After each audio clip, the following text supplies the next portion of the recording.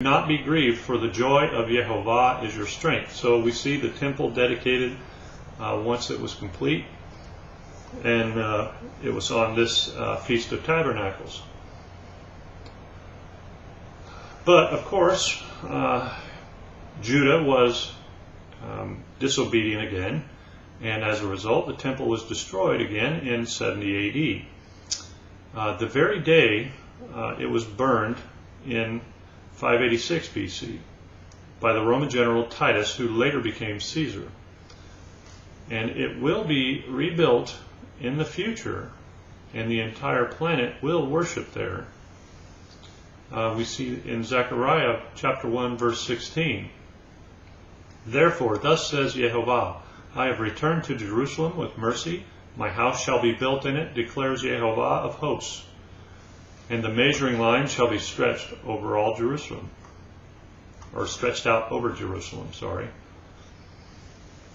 Zechariah 14 verses 16 through 21 says, "Then everyone who survives of all the nations that have come against Jerusalem shall go up year after year to worship the King, Yehovah of hosts,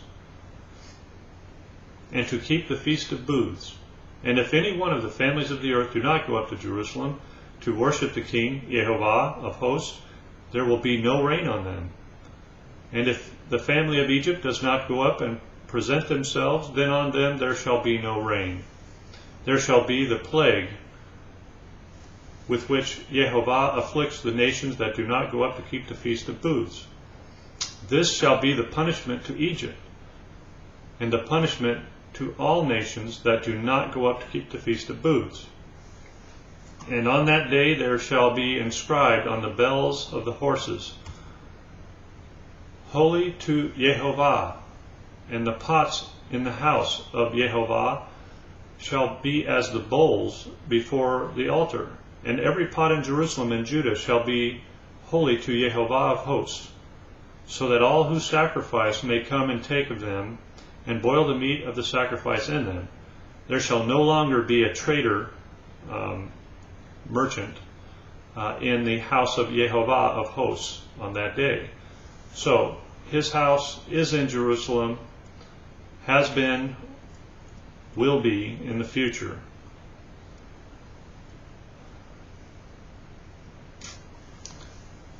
Yehovah is an Eloah. In Nehemiah 9:7, we see, "You are Yehovah, the Elohim, who chose Abram and brought him out of Ur of the Chaldeans, and gave him the name Abraham." And then going further down to verse 17, it says, "They refused to obey and were not mindful of the wonders that you performed among them. But they stiffened their neck and appointed a leader to return to their slavery in Egypt. But you are an Eloah, ready to forgive, gracious and merciful, slow to anger and abounding in steadfast love, and did not forsake them." And in Job 40, verses 1 through 4, it says, "And Yehovah said to Job, Shall a fault finder contend with Shaddai, or the Almighty? He who argues with Eloah, let him answer it. Then Job answered Yehovah and said, Behold, I am of small account. What shall I answer you? I lay my hand on my mouth." In Book of Psalms, chapter 18, verse 31, it says, "For who is Eloah but Yehovah? And who is a rock except our Elohim?" And in Isaiah 44, verses 1 through 8, Isaiah 44, 1 through 8 says, "But now hear, O Jacob, my servant, Israel, whom I have chosen. Thus says Yehovah, who made you, who formed you from the womb, and will help you. Fear not, O Jacob, my servant, Jeshurun, whom I have chosen. For I will pour water on the thirsty, on the thirsty land, and streams on the dry ground. I will pour my Spirit upon your offspring, and my blessing on your descendants. They shall spring up among the grass like willows by flowing streams. This one will say, I am Jehovah's. Another will call on the name of Jacob. And another will write on his hand, Jehovah's. The name himself, and name himself by the name of Israel. Thus says Jehovah, the King of Israel and his Redeemer, Jehovah of hosts.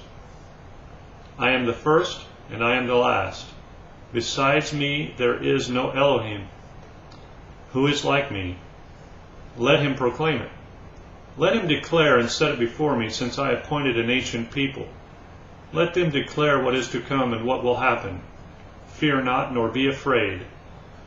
Have I not told you from of old, and declared it? And you are my witnesses. Is there an Eloah besides me? There is no rock. I know not any. So, Eloah, Jehovah, is an Eloah by his own admission. Now the terms Elohim, Eloah, Elah are used of false gods as well.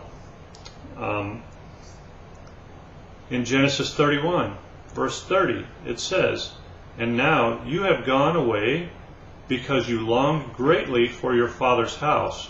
But why did you steal my Eloah? My Elohim?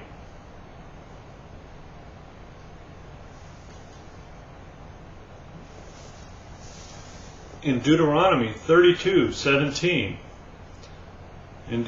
32:17, it says they sacrificed to demons who were not Eloah, to Elohim, or gods, whom they did not know, new ones who came lately.